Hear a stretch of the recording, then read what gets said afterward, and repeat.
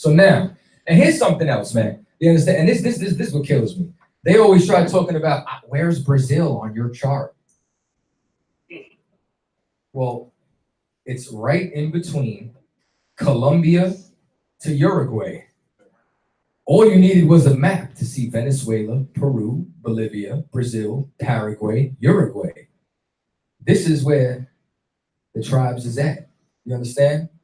But right now we're talking about Naphtali. You understand? So we're talking about Chile to Argentina. So now Naphtali is a hind let loose. He giveth goodly words. Y'all ever see a deer just run free? You understand how wild they are? That's like them running up and down that soccer field. Well, let me talk to you about some good words as well. Next slide. How many of you are familiar with Galvarano? Nobody? Galvarano was a Mapuche from Chile, right? And what happened is that, you see this? He went and bucked up against the Spaniards. So they turned around and they chopped off one of his arms.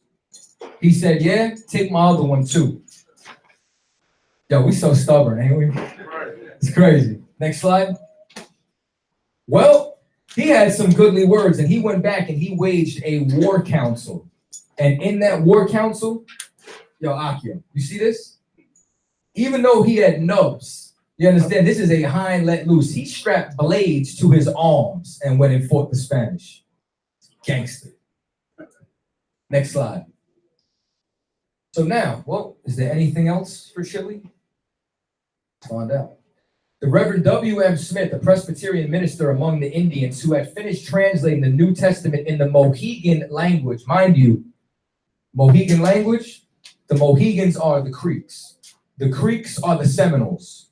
So once again, what was Reuben speaking inside of South America?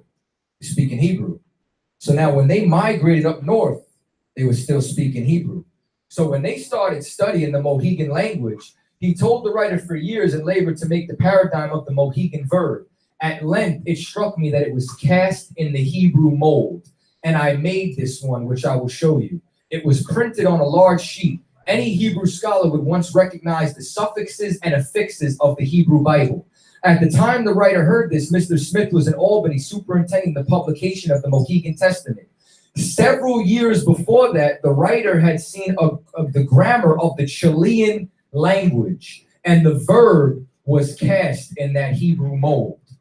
So now we start to see that we're finding Hebrew artifacts in the Caribbean. We're starting to see that from Guatemala to Panama, they're speaking Hebrew, keeping the Sabbath. And then when we come back down to South America and Argentina and Chile, they're speaking Hebrew as well. Don't tell me, man. Don't tell me a goddamn thing. So now it says, very true, but let it be remembered on our side that Hebrew immigrants had been in America 500 years before Christ. And of course, the Mexicans are descendants of the Hebrews. If that be true, then the Chileans are. Because every time they compare the Chilean culture to Mexican culture, it was identical. You understand? So now it also starts to say, and this is another thing for anybody who tries to talk about the Lashon Kodash. When they started to talk about the language in Mexico, they told the writer that the language of the Mexicans was a very jingling language, a great many consonants and few vowels. I should just drop this mic and walk out right now.